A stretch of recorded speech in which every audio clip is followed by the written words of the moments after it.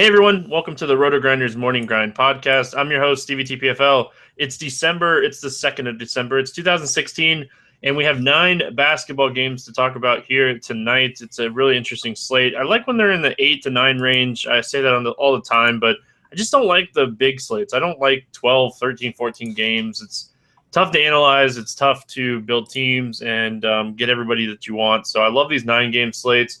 Coming off of an interesting night, that late game couldn't have been any better for me. How was it for you, the Siege?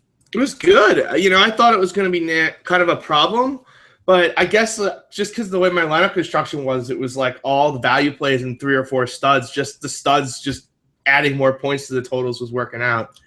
Profited. Felt like I had no business profiting based on how much Brooklyn, Milwaukee I had. So kind of just running to the ATM and taking my winnings and running.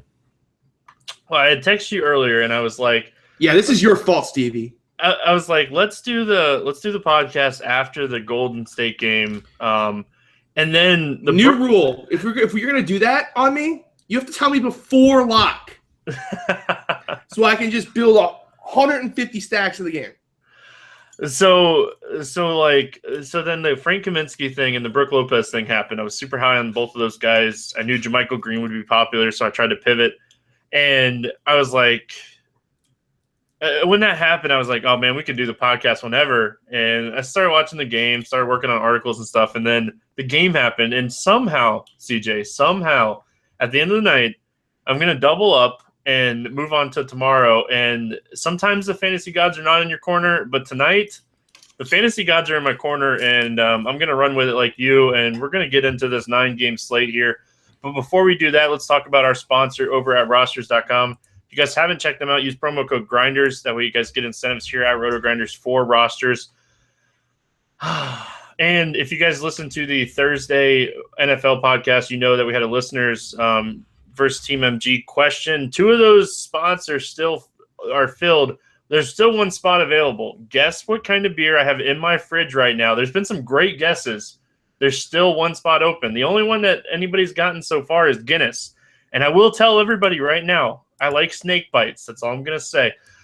Let's move on here. 9-game slate. We're going to start with my Magic at Philadelphia. 196 total in this game. Philadelphia favored by 2. The only injury news that we have here is Jared Bayless is questionable. Joel Embiid is already probable for this game.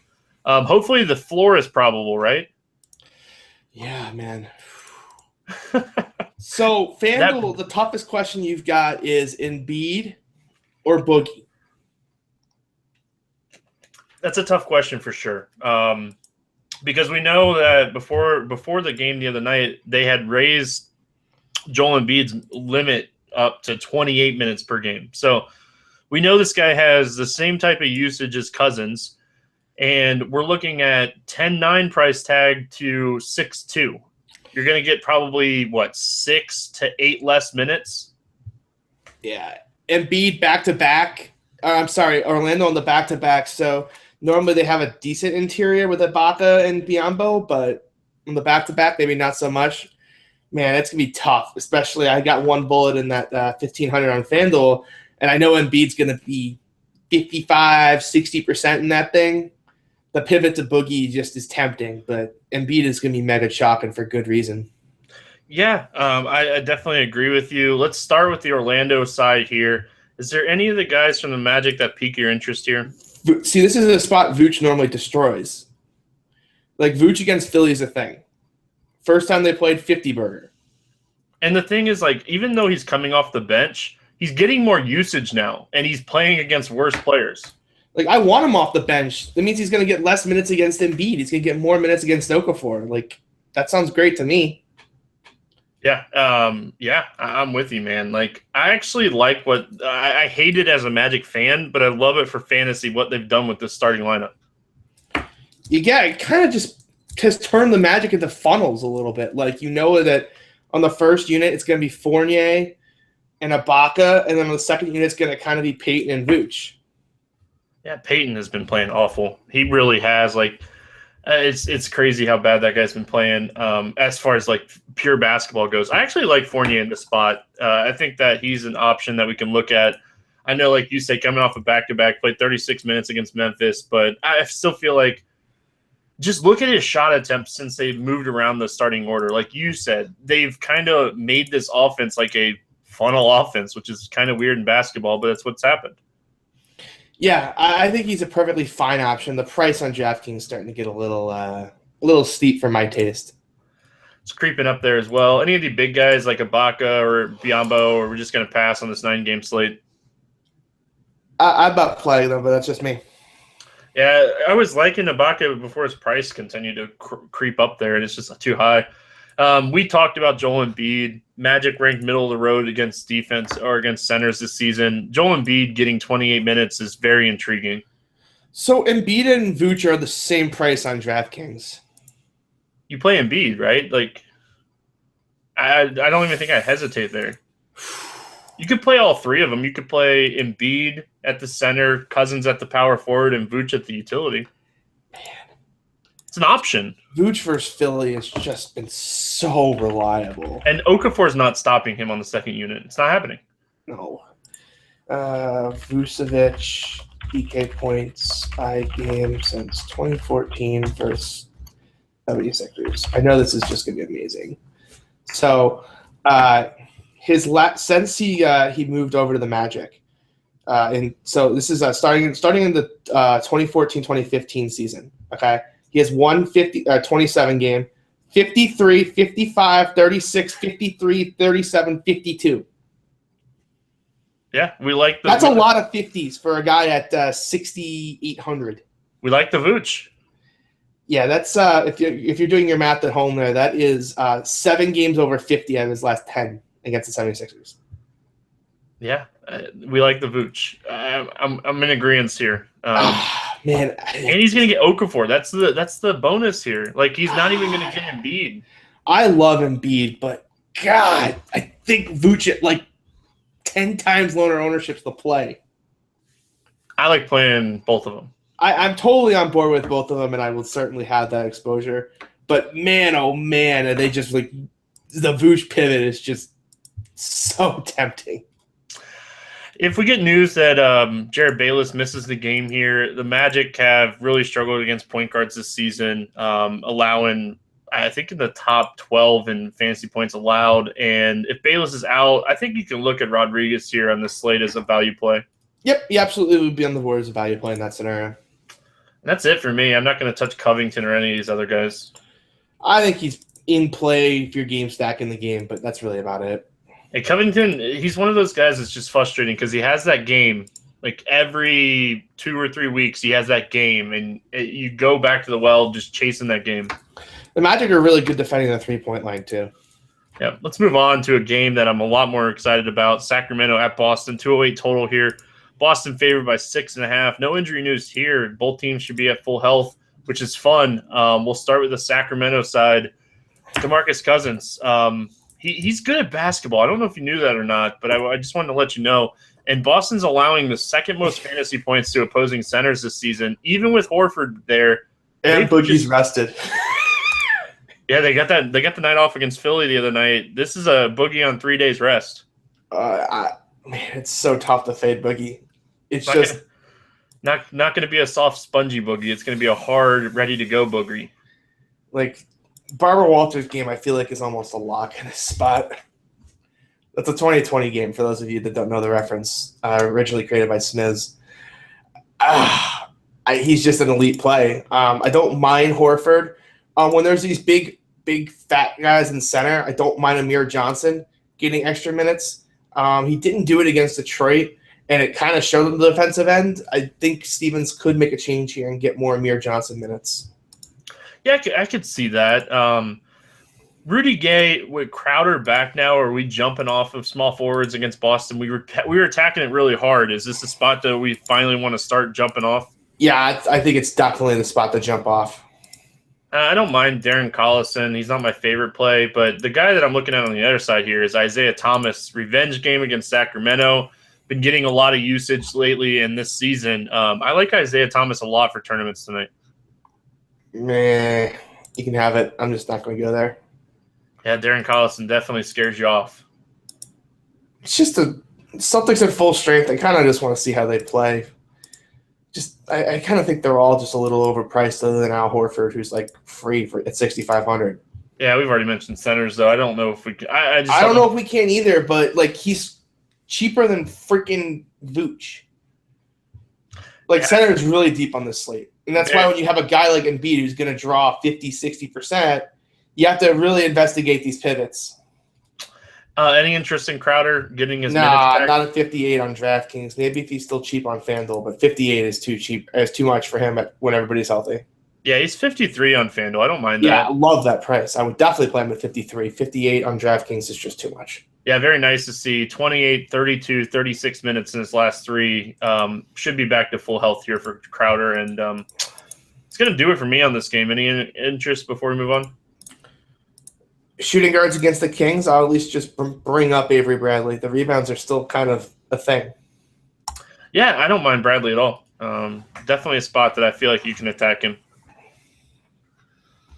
Minnesota at New York, 210 total here. New York favored by 2.5. We have to pay attention to Courtney Lee. He's questionable. Joakim Noah's questionable. Noah's out. We'll probably see the start from Kyle O'Quinn. I have no idea what they'll do at shooting guard if Courtney Lee's out. Do you? Justin Holiday, I assume, would start. Yeah, that could be interesting, but I don't know if I'd go there. They did these teams, didn't they? These two teams. Yep, they played 2 games ago, and Towns went for 80. Remember how I told you center was deep? Oh God.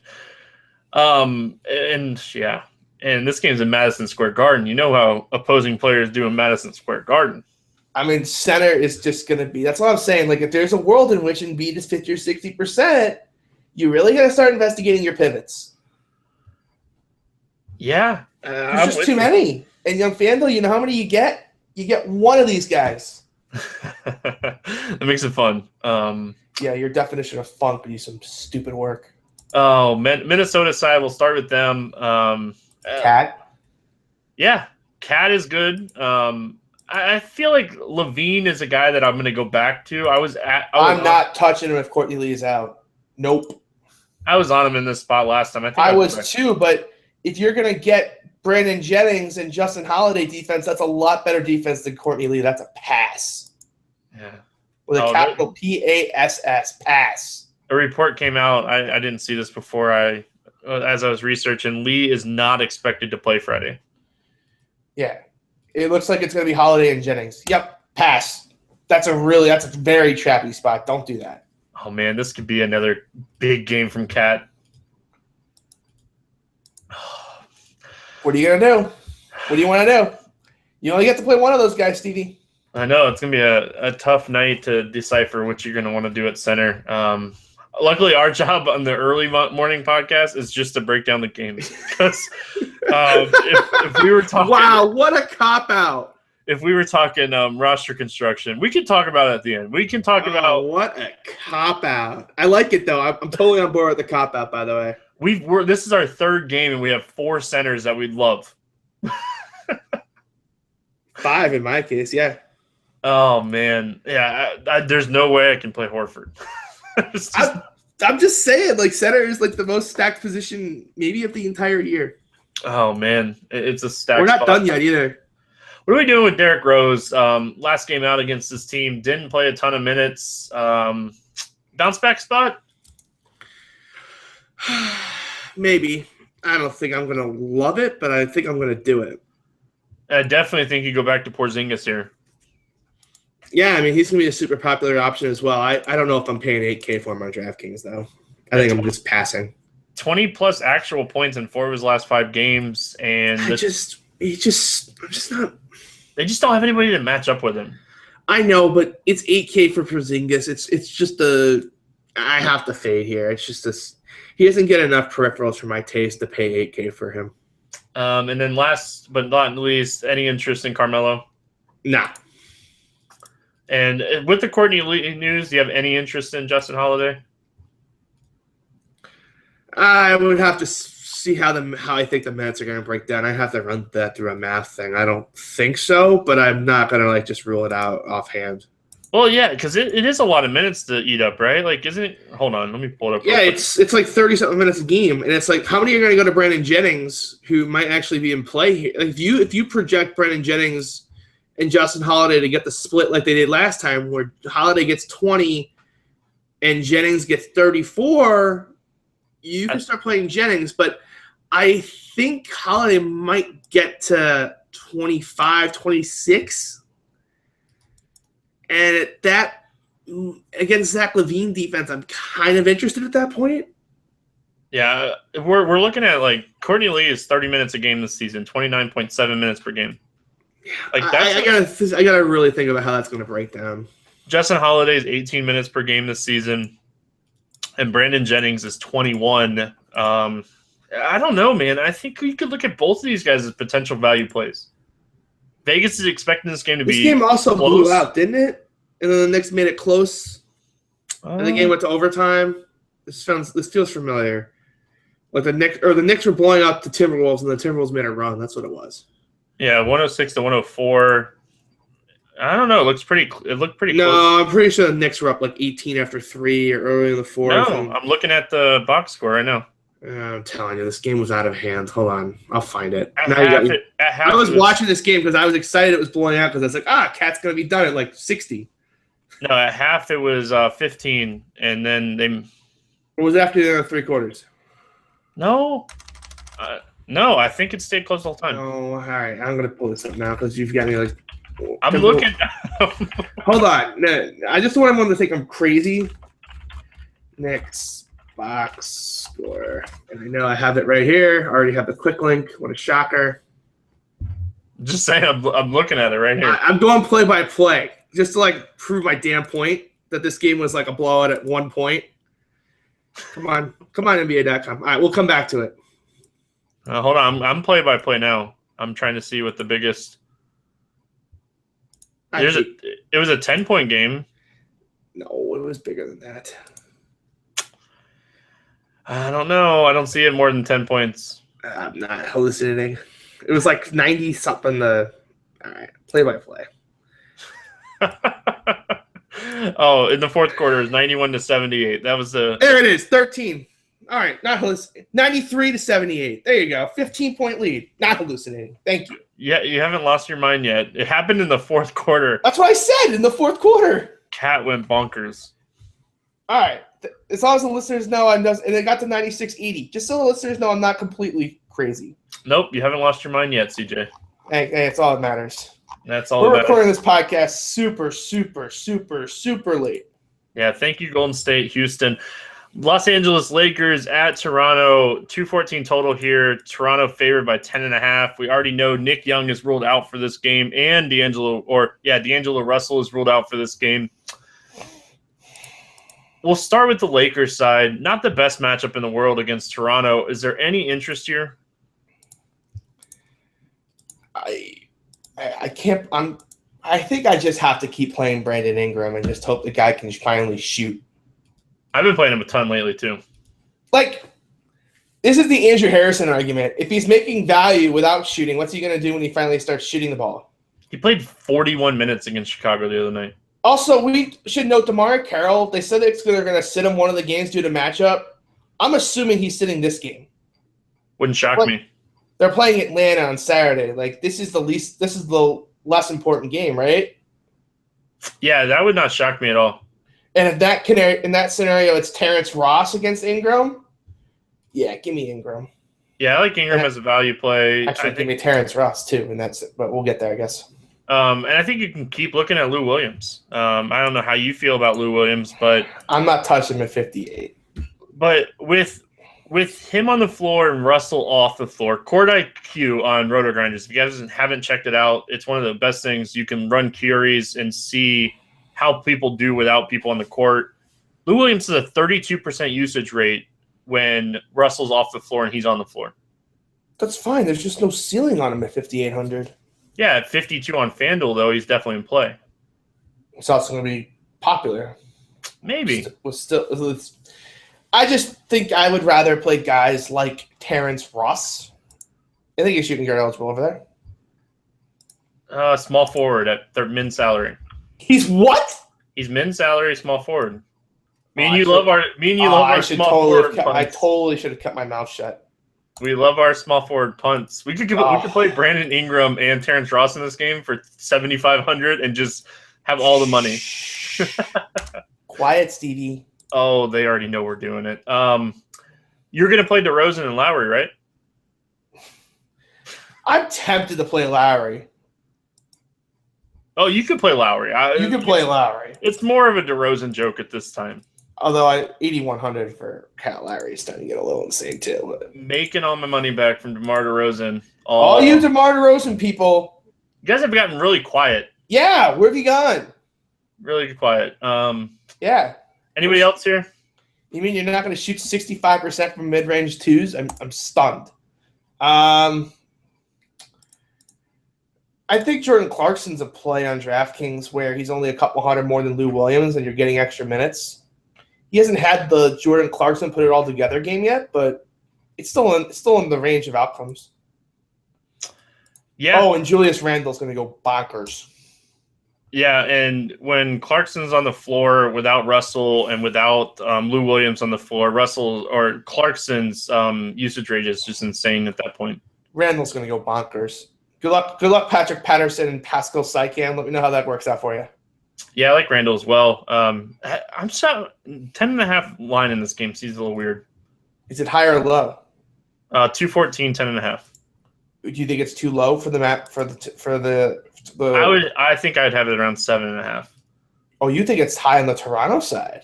Yeah, I think so. No, I think. See, I was thinking it was. I was thinking it was too low. I was thinking it was like 12 or 13.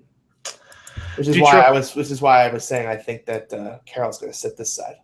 Oh, I think Carroll sits too. I definitely think they've already. Yeah, there was a report saying that he'll sit out Friday or Saturday. If I had to bet money on it at this point in time, I would expect it to be this game.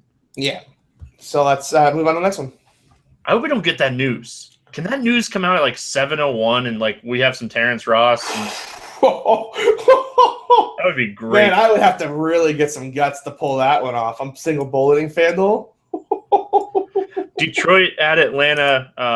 No line in this game because of Paul Millsap. We're definitely waiting on the Paul Millsap. He's game time decision in this game, and I wouldn't expect to see a line here until later in the day when we get more clarity on that. If he misses morning shoot around, yada yada yada. We'll start with the Detroit side here, and we love point guards against Atlanta. What's your thoughts on Ish Smith here?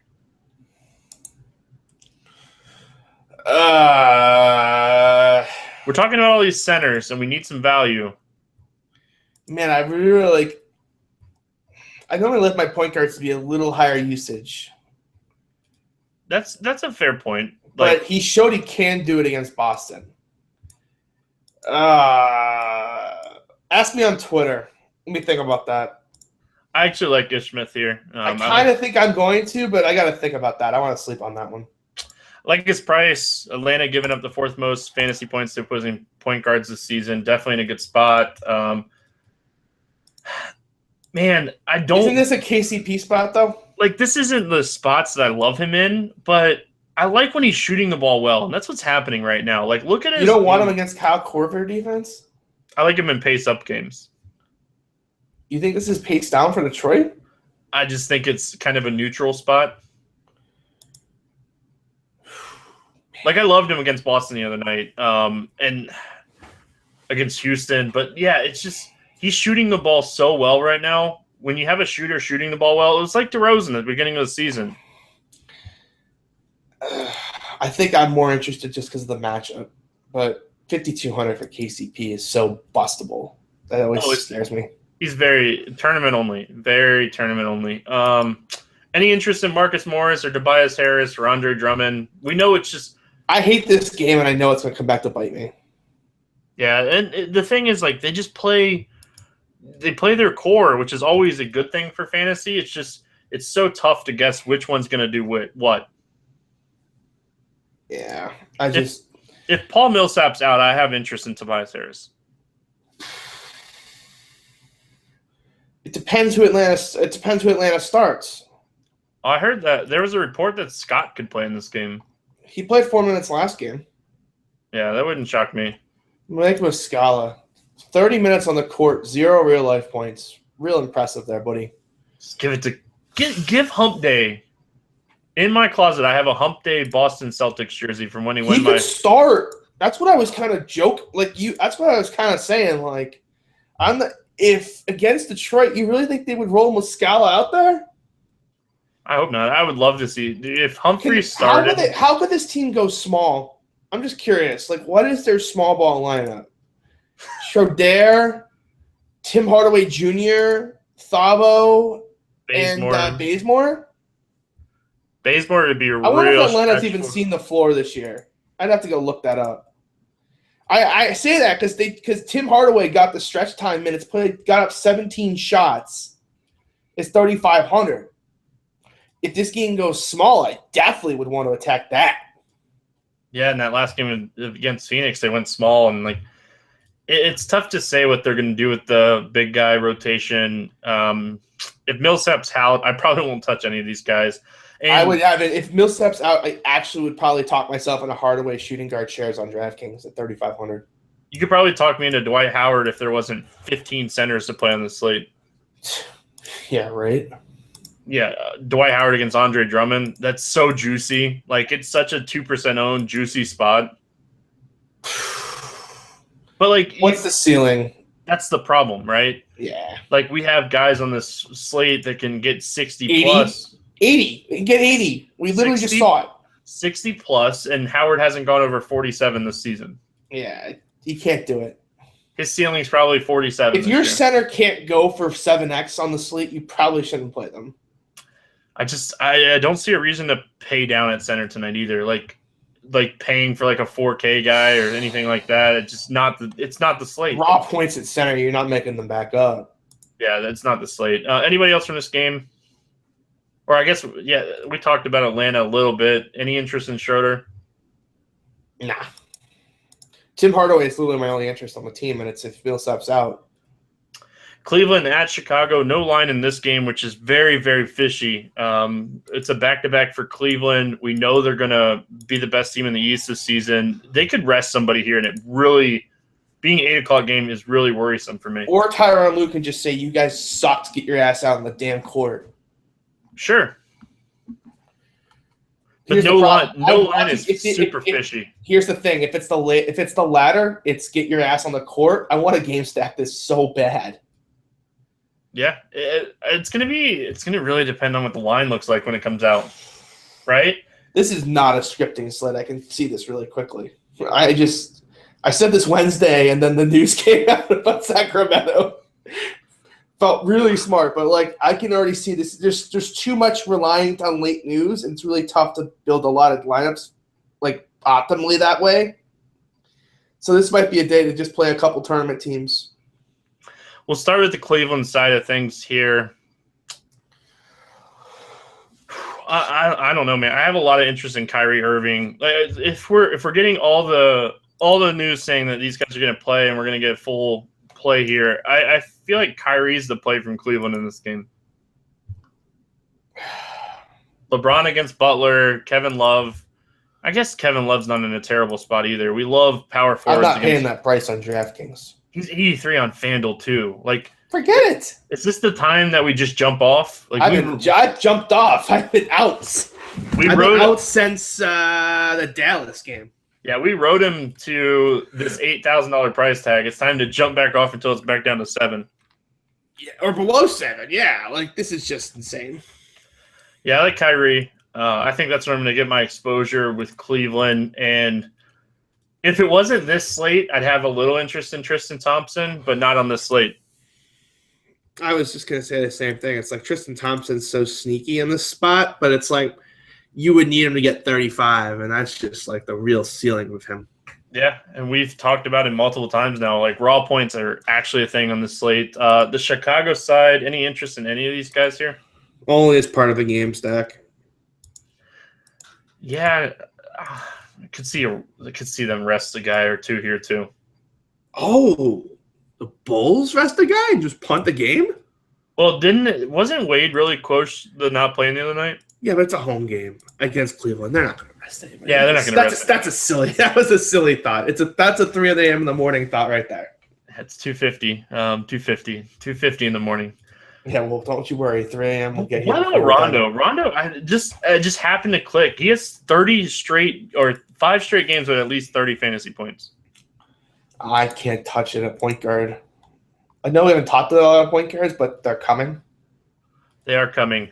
Clippers at New Orleans, 207 total here. Clippers favored by 2.5. No injury news to talk about in this game. We'll start with the Clippers side. What's your interest here in the Clippers? I don't know. Is Chris Paul playing or not? Well, weren't his knees wrapped up, or am I on the sideline? I thought I saw something on Twitter about that, but that could just be I could just be really hallucinating.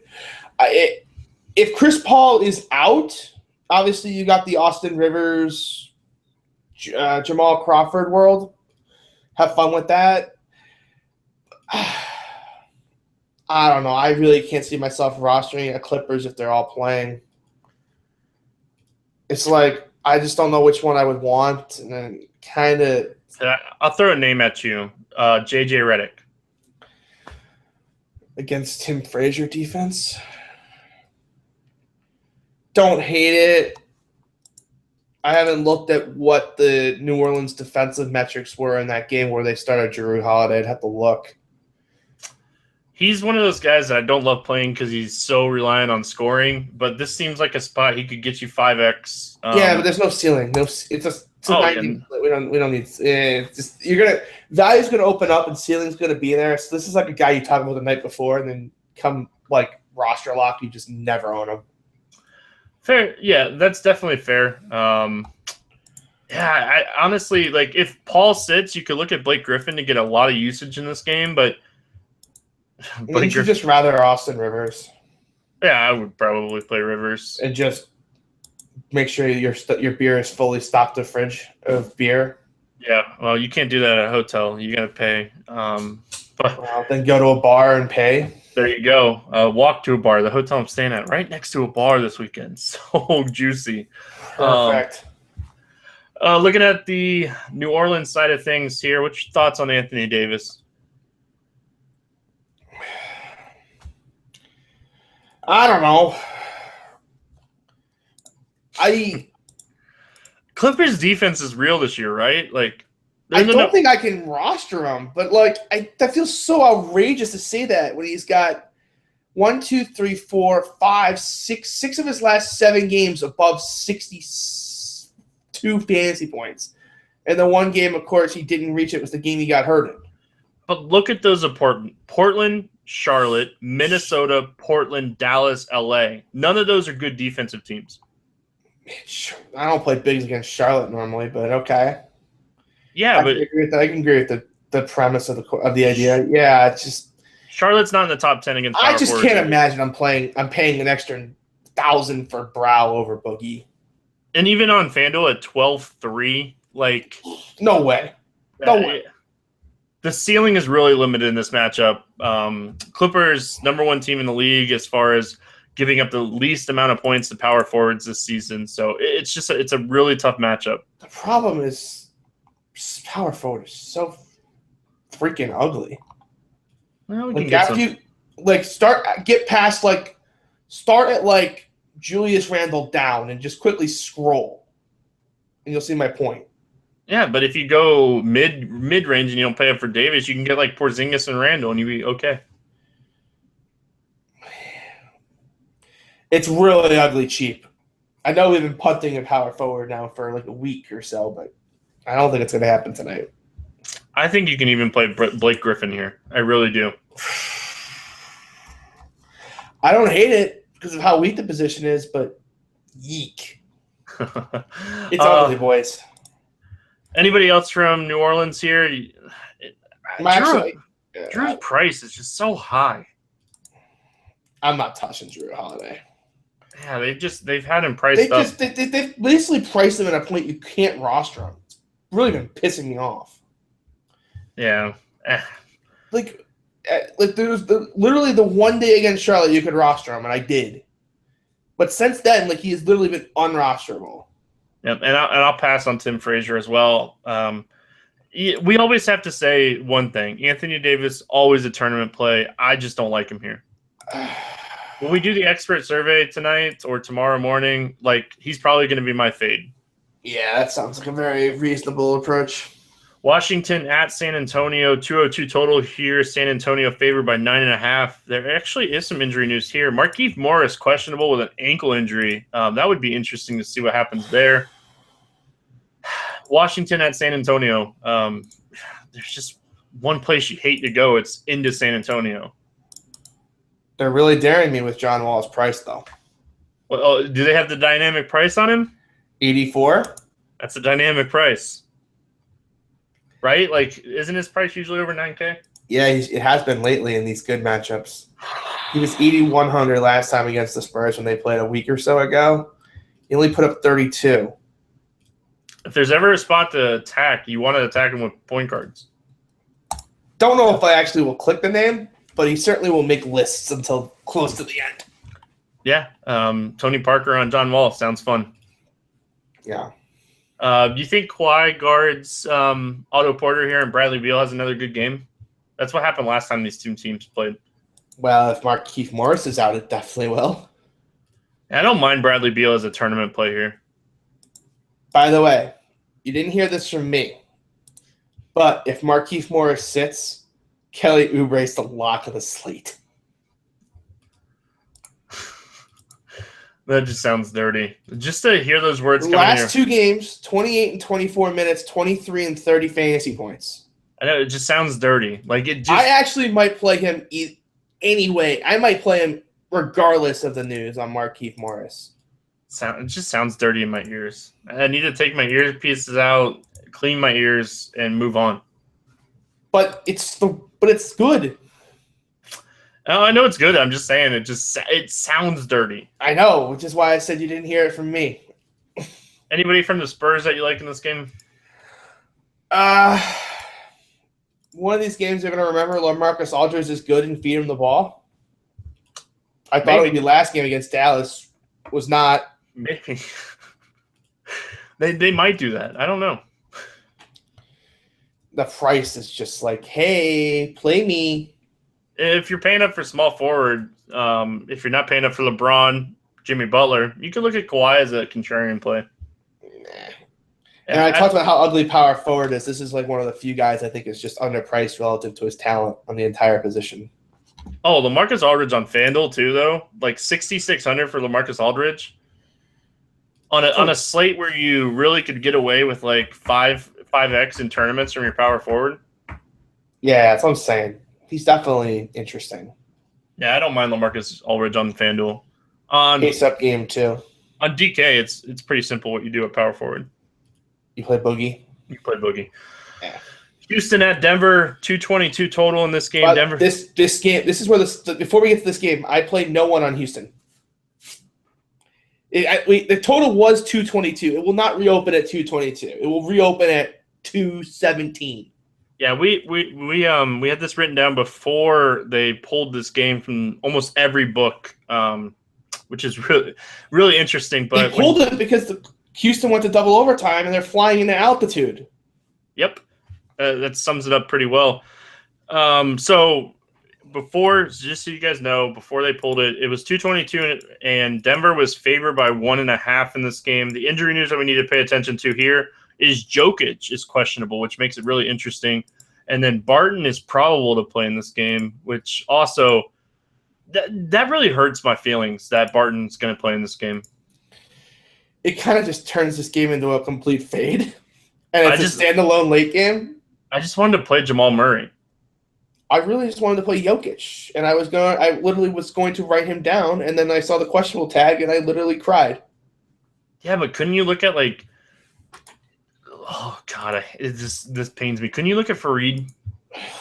If Jokic sits, Fareed can play the small ball. And then Nurkic, yeah, no Nurk for me. Nurkic matches. So let's just. What about the Hernan Gomez minutes? Are they gonna just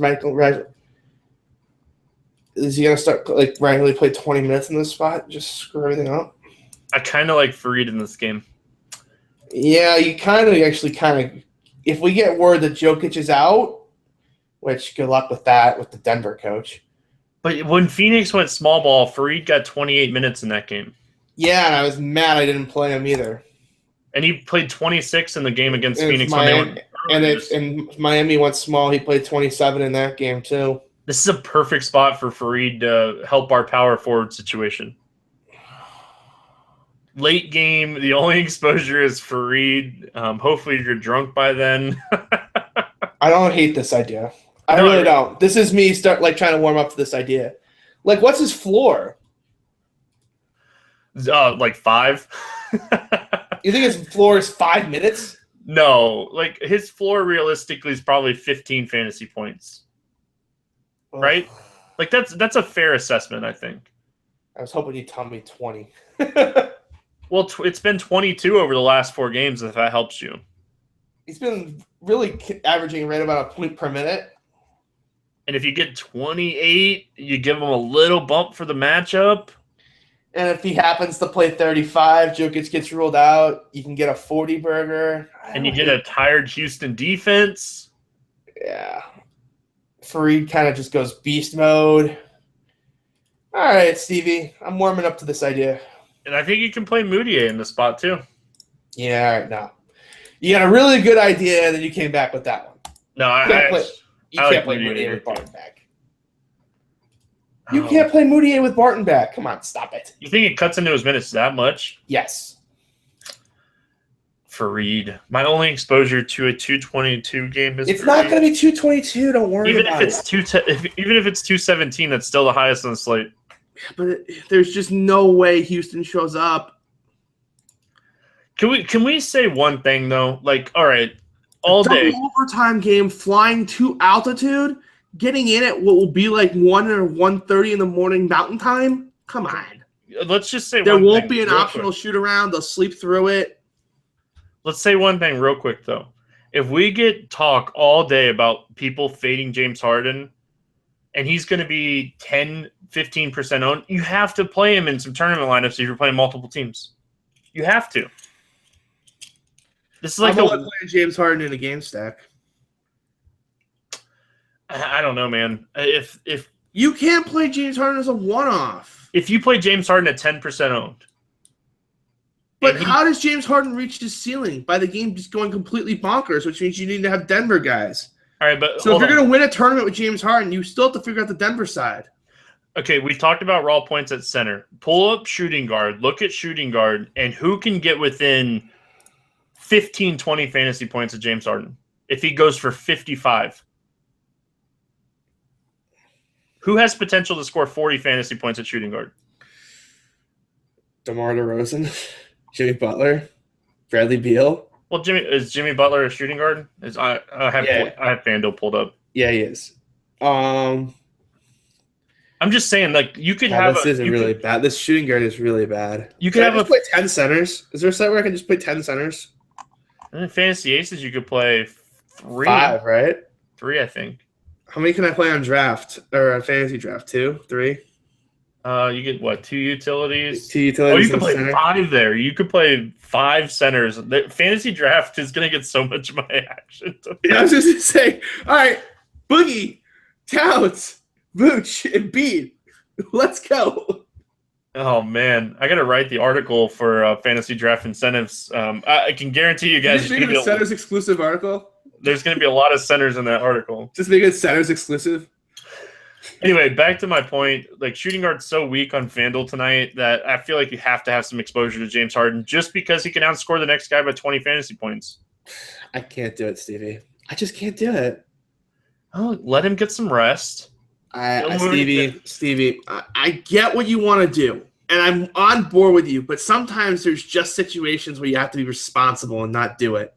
You don't have to chase the situation every time, and this is just one of those spots. All right, so he played 37 minutes against Oklahoma City earlier this year, played Portland the night after, and scored 63. Portland! That's not a double overtime fly into altitude. It's still 40 points. Cleveland. It's a completely different scenario, Stevie. I'm just looking at his back-to-backs this year, and this isn't a normal back-to-back. You got a back-to-back where you flew into Utah? You got one of those? Almost. It wasn't a back-to-back. It was 2 nights after. Yeah, how'd he do? He scored 44. Yeah, but it's not even that much for him. You I mean know. 44 real life points or No. fantasy points? Fantasy points. That's awful. Thanks for proving my point. You're not helping my argument here. You help my argument. This is good. All right, we're moving on. We got rosters value plays to talk about. If you guys haven't checked out our sponsor, rosters.com, make sure you head on over there, check them out. Use promo code Grinders. That way you guys get incentives here at Roto Grinders. You have your value plays ready? No. All right, well, I'll read off mine then. We're going to start with one of the guys we talked about a lot already, Joel Embiid. It's 8,900 over at rosters. That's just too cheap. Anytime you get a guy under 10K that has potential to go for 40-plus fantasy points, Joel Embiid getting the minute bump, 8,900, too cheap. Next guy I got is Ish Smith. He's 8,100 over there. We talked about him. It's the game against Atlanta. Like Ish Smith a lot. And then the last guy, Lou Williams, 8,700, getting all the usage there with Russell out. 8,700, just too cheap as well. Yeah, so you stole my first one, obviously, with Embiid. And then I've got a couple more here. I've got Kevin Faried, 8,200. We just talked about all his merits. And then Brandon Ingram at 8K as well, I think is too cheap. And then KCP for a bonus play at 79.